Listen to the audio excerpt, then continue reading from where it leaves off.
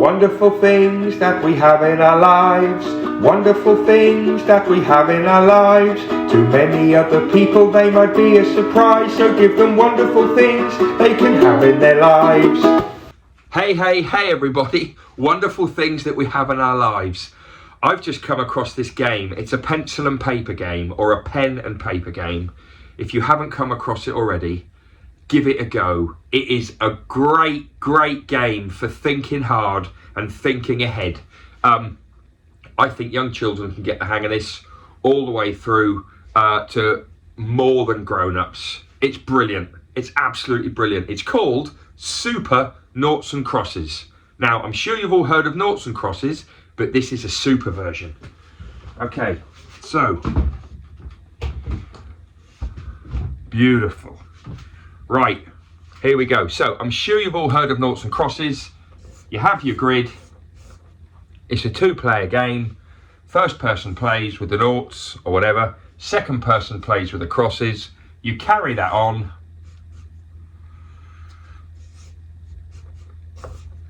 Until somebody wins.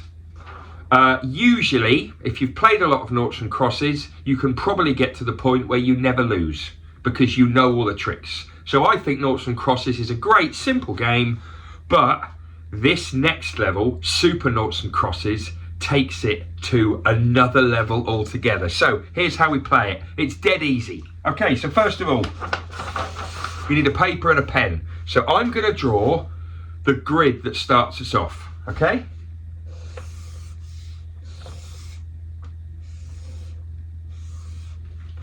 So there we have our classic Noughts and Crosses grid. You start off with a big grid, but then the fun starts because you now need 9 mini grids.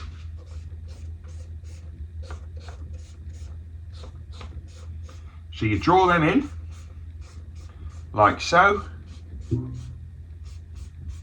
Almost there.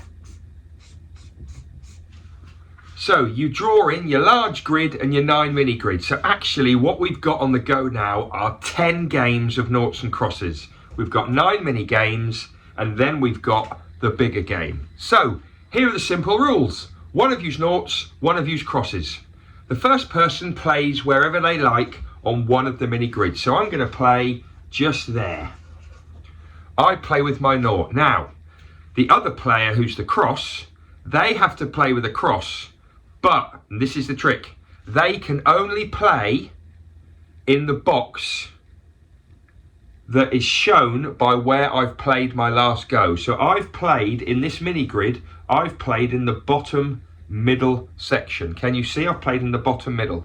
So the person who plays the cross has to play in the larger version of the bottom middle. So the cross has to go here. It can go anywhere in the grid, but it has to go there. So the person with the cross, say, plays there. There we go. Now, here's the next trick. Because the person whose crosses has played in the top left of the mini grid, sorry, the top right of the mini grid, I now have to play in the top right of the large grid. I can play anywhere, but it has to be in the top right. So I'm going to go there with my nought. I think you've probably worked it out now. Because I've played my nought in the middle box of the mini grid, my opponent has to play anywhere in the middle box. So I'm going to go there with my opponent. I'm now going to play the next few goes. So the main rule is you take turns, but you have to play in the part of the grid that the last person's played in. So the cross has played there, so I need to play up here. I'm going to go there. So then the opponent has to play in this one, so there. And now I also get to play in this one.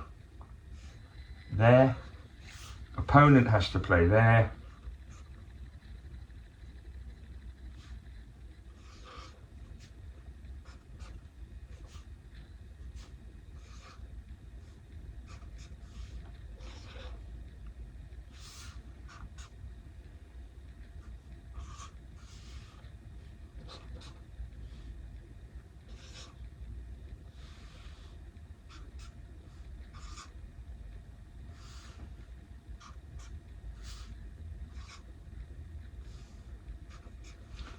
Now, you will notice how we've each been playing, but now we've got to a point where somebody has managed to get a line in the mini grid. So that my opponent, the person with the crosses, has got a line. So we put the line in and then they win the whole box. So that box is won by a cross because they won the mini grid. Now, you've probably worked out the main winner of the game is the person that fills up 3 mini boxes in a line. Now, I'm going to keep playing, but there's one change to the rules now. If, and this is important, if somebody plays their move,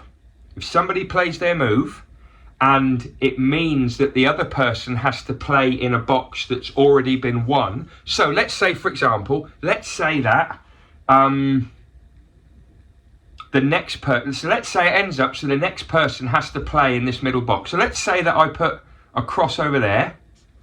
So let's say that I've played in that box in the middle. Now the Nought, they can't play in this box because it's been won. So because they can't play in this box, they can play anywhere else. So for example, if it was the person with the Nought playing, they can't play here, so they could choose to play here, and then they win that box. Game carries on. You always play in the same part of the grid that the last person's put in the mini grid, so on and so on, until the person has got, let's say, a line of the 3 mini grids, and then they win. That is Super Noughts and Crosses. I didn't come up with it. I found out about it. There are other bits and pieces online about it. I think it's superb. Get playing. I think you'll love it and make it a wonderful thing you can have in your life. Wonderful things that we have in our lives. Wonderful things that we have in our lives. To many other people they might be a surprise. So give them wonderful things they can have in their lives.